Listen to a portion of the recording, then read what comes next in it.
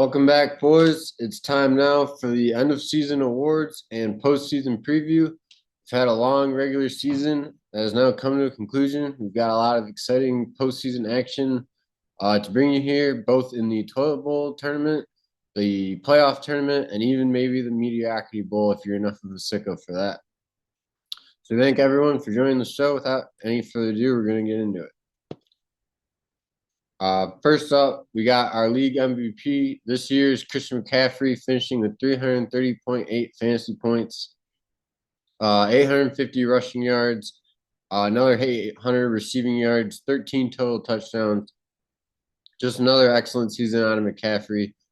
Great signing for Cleveland Steamers this past offseason. People were saying he would be too old this year, but he has proved that that would not be the case. Just a fabulous season out of him, and we congratulate him on winning league MVP this year. Now we're going to take a look at your mom's team. This is the all for the moms team. This is the players who have done the best at each position throughout the regular season this year. So we're not going to go through each name. I'm just going to name off how much each team has. So Cleveland Steamers led the way this year with 5 selections, and then Texas High 7-4s followed that up with 4. Behind that, we had 5 teams with 3 selections. We had FaZe Cav, Wallace Pluto, Gliz Mafia, Francie Feast, and Can Pams. And then we had the Philly Chicos with 2 selections, PC Principal with 1 selection, and Sticky Mistakes, the only team without a selection this season. And then we also have your mom's pups. This is not a new team. It is rebranded this year. However, this is the all-league rookie team. Gliz Mafia would lead the way this year. The only team with multiple selections is they had 4 of them absolutely dominating the field after they had 3 first-round draft picks and 2 second-round draft picks this past draft, which definitely set them up for success, but they were able to capitalize. But congrats to all players who were selected to all of your mom's teams this season. Now getting into Executive of the Year, this award will be going to Tyler Cleesby of Gliz Mafia this season. Tyler becomes the first owner in league history to win their 3rd Executive of the Year. This team was off to a slow start again this year. Seems to be the case for them every season. They start off slow out the gate, but then rally to come into the playoffs. That would be the case for them again. They would win the final 5 games and sneak into the wild card spot at 7-6. Led by some strong players in Josh Jacobs and Dak Prescott. They've been a dominant force all year. They've won multiple high-scoring matches. It seems like no matter how many points you throw up against them, they're going to find a way to just squeak out 5-10 more against you. The big GM moves for this team this past season was extending Devon Achane in the auction with his RFA rights. They weren't really aggressive in the auction beyond that, but being able to retain Achane set this team up for success as he has had an absolute monster season. They were also able to trade Kincaid away for some picks throughout the year, and they would finish as the 2nd highest scoring team in the league this year with nearly 140 points each week. Also dominating the draft, as we just pointed out in the previous slide. So just an excellent season of GMing. Tyler Cleesby this year. We'll see if this is the year he's able to stamp his name home on the trophy as well. But it will be the year he racks up his 3rd Executive of the Year, so congrats to him.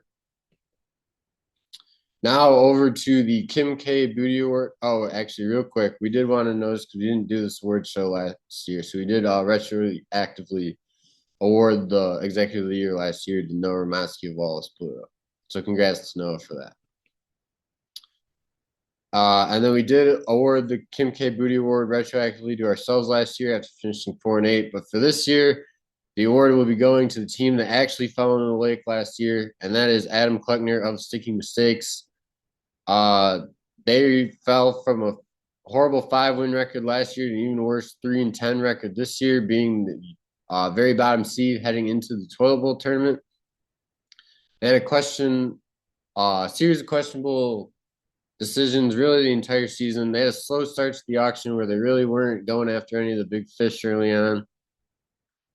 And then the few players they did have, really the only player they had was Josh Allen. They ended up sending him out of the building. They got Daniel Jones in return for him, and they're lucky that that's worked out decently well, although he's been playing through a broken leg recently. They started off the season losing 6 of 7 to start 1-6, and then they've ended on a 4-game losing streak here, so absolutely no momentum heading into the toilet bowl. Finished dead last in the league in scoring with only 110 points per game, and it was not particularly close.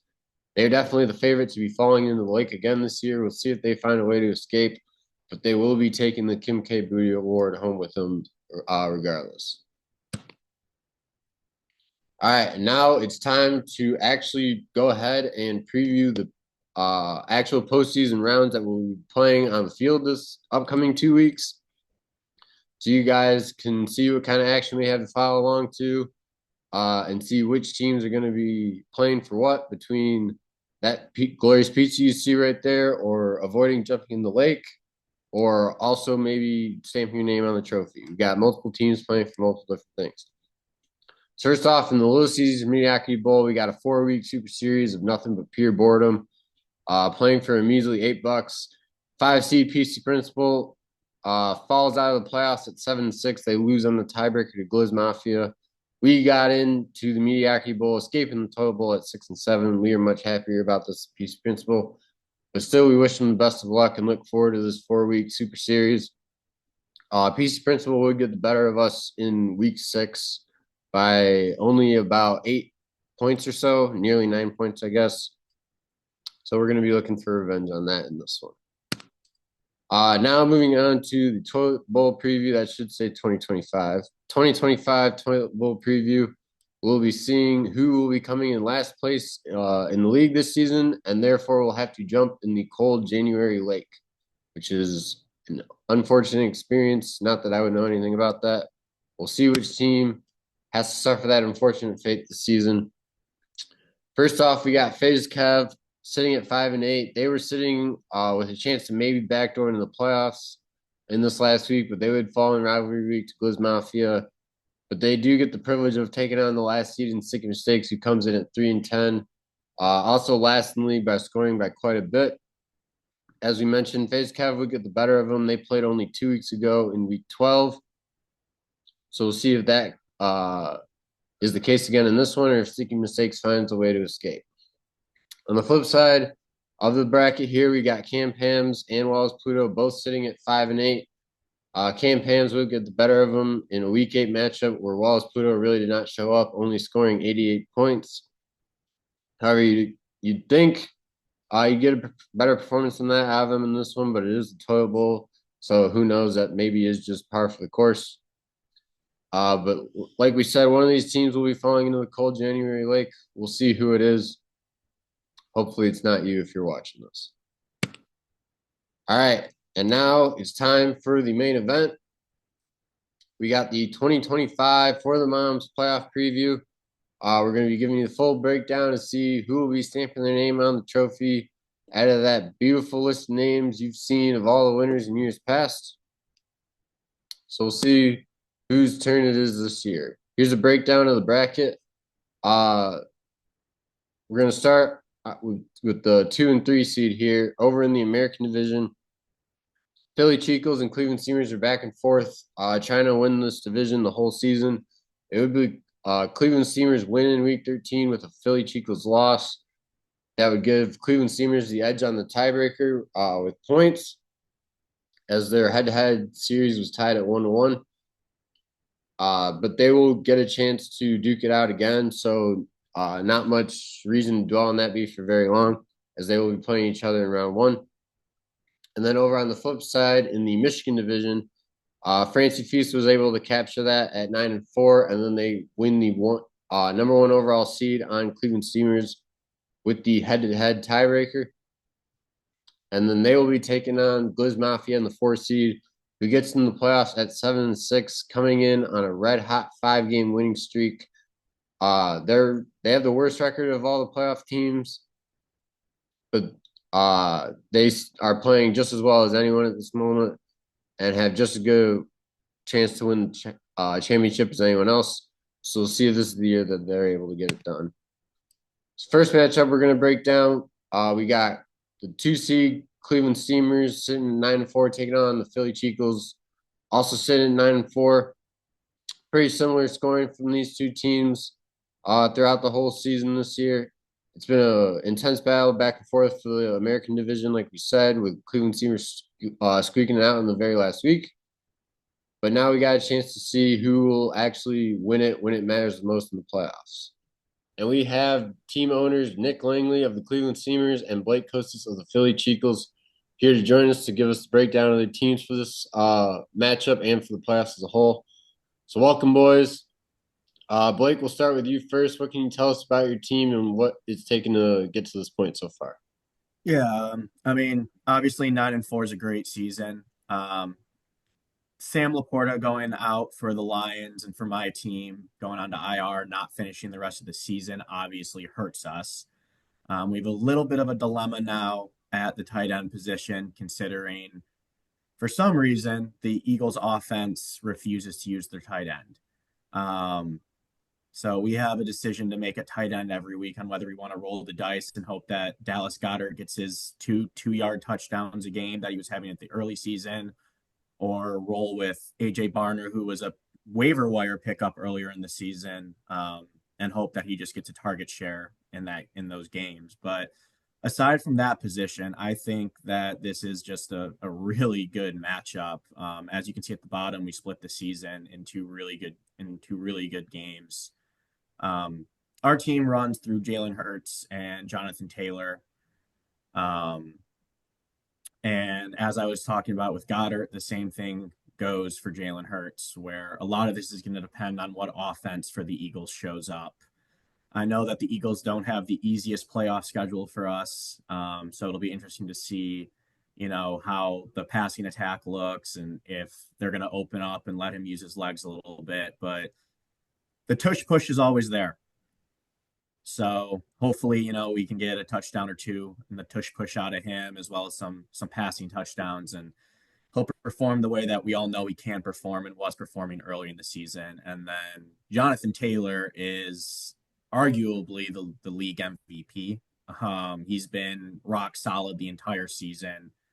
And even in his down weeks, he's still putting up respectable numbers for us. So and then we got the long-standing Nico Collins, who will continue to do what he does, and I believe we should get Garrett Wilson back in week 2 of this matchup if things hold the way that I think they're going to. I'm looking forward to it, and I wish Nick the best of luck here. All right, Nick, we'll take it over you now. Hard fought season, big week 13 dub over the Can Pams. How you looking to build off that momentum and go on a playoff run here, hoping to bring your franchise's 3rd championship home? Yeah, I know a couple weeks ago when I was on here, the big staple for the team was health is wealth. And that's been a big statement over the last couple of weeks as we've been trying to battle a lot of injuries, kind of filling out those lineups. We were able to get my sweet prince, Bucky Irving, back last week, and he's looking pretty good. And we're definitely going to need him this week, as we will be without our star-studded CMC. And we're going to have to figure out how to match Jonathan Taylor, as he has been an absolute wagon the entire season this year. So we really need Bucky Irving back. I'm really excited to have him back, ready to roll this week. And also from the receiver position, really great to see Terry McLaurin back for what seems like the first time this year. Seeing him on Sunday Night Football really showing out. We're going to really need him this week. And then one of the three between Worthy, Brian Thomas Jr., and Marvin Harrison. Really need one of those guys to step up. I know BT and Marv were both out with injuries. We're both able to come back last week. Really need to build off of that. But yeah, no, this is going to be a hell of a matchup. Blake and myself are going back and forth most of this year, splitting the regular season series as well. So it's really just going to be coming down to execution here, trying to withstand this McCaffrey week and just put us in a position for when we get our sweet boy CMC back to try to bring us home here. But it's going to be a great matchup and really excited for this one. Yep, definitely a strong possibility that we will be seeing the champion come out of this matchup. A strong 2 and 3 seed, both out of the American Division. Like we said, the third championship for the Cleveland Steamers would be the first for the Philly Cheekles. This is also the first time in franchise history that they have made the playoffs back to back. Things are definitely going well over in Philly. The fans are definitely happy, but would be ecstatic to bring a title home to wrap the season up. So, boys, any quick final thoughts before we get out of here for not only your fan base, but the opposing fan base as well? As I said earlier, for me, this is a game of respect, especially when it comes to me and Nick. As he said, we've been going back and forth for that one seed in the American Division all season. So all I would say is let the best team win, and whoever wins out of us, I hope goes on to win it all. I mean, a lot of them, really excited for this matchup. Utmost respect for Philly Cheekles and what they've been able to build over there. And we know this is going to be a heavyweight fight. All right, very well put, boys. Thanks for tuning into the show this week, and I wish the both of you the best of luck this upcoming postseason. All right, boys, now flipping it on to the other side of the bracket. We got Francie Feast taking on Gliz Mafia. Two completely opposite stories of how we got to this point. Francie Feast started off 6-1, dropped 3 straight in the middle before ending on a 3-game win streak to finish it. So they are definitely coming into this tournament red hot. And the same could be said for Gliz Mafia on the other side here. Started off 2-6 before getting on a red hot 5-game winning streak to finish the regular season as we enter postseason play. So, boys, welcome to the show. We got team owner Tyler Cleesby and Matthew Junkno here to discuss their teams and their postseason outlook. So first, Tyler, we'll start with you. Give us a breakdown on how your boys are able to rally late in the season here, and what you have to look forward to in the postseason. Yeah, thanks for having me on, Travis. The boys are playing well right now. We kind of always knew that they had this in them, but it's nice to see it culminate with wins down the stretch, winning 5 straight. I believe heading into that win streak, we were like 4th or 5th in points forced, so we felt like it was a matter of time. We didn't want to sell off at the deadline. We kept the faith, and we were rewarded with the playoff appearance. So looking forward to contending for the championship trophy that's long eluded us, and we're hungry for it. All right. Flip side here over at Francis Feast. Matt, your boys come in with a big 3-game win streak here to end it. What have you seen out of your boys so far this season, and what do you have to look forward to in the playoffs here? Just want to start off by saying thanks for having me. I know I don't really appear on these ever, so thanks for having me. Congrats to all the other boys out there in the playoffs, and the opposite to those in the toilet bowl. This season, we kind of took an approach where we looked at progressive overload, where the last season or two. We'll go back to like 3 seasons ago or whenever I had to jump in the lake. That was kind of the rock bottom of our organization here. But we're trying to only move up and up. So I think the last season or two we were in the mediocrity bowl, and we're not going to settle for that. So each year we're trying to progressively get better, and that was our ambition going into this season. We started off pretty well in the league. I think Nick had mentioned it. After one of our wins, we had said, doesn't matter how, it matters how many. And I think that really resonated with our team here. Ever since Drake May has kind of continued his campaign for MVP, and he's been a very big bright spot in our team, eventually taking over the starting QB position from Jordan Love. Did go on a little bit of a heater and then a little bit of a losing streak there in the middle of the season. But coming into this last game against our arch rival in Wallace Pluto, we knew that was a big game that if we got a dub, we could carry that momentum into the playoffs, which we plan to do. Just looking to grow as a team. I think we're very connected and cohesive, and we're going to ride the momentum forward. So best of luck to everyone in the playoffs again. We look forward to joining it and potentially getting our name on that trophy here. All right, very well said. This should be an exciting matchup here. Rematch of 2 very exciting regular season matchups. Very high-scoring affair in Week 4. Saw Francie Feast get a 183-20-point victory. if you will. And then week 9, Gliz Mafia would get their revenge with a 100-point victory with a 190 to 89-point win. But that would not be the last laugh, as these two will be facing again. And both teams definitely desperate to get their name on a trophy. For Gliz Mafia, this is their 7th playoff appearance, still coming up empty. For Francie Feast, only their 3rd, but their first one since 2020. So, boys, what is your final thoughts to make sure your team is properly motivated, and this is the year that we stamp our name home on the hardware?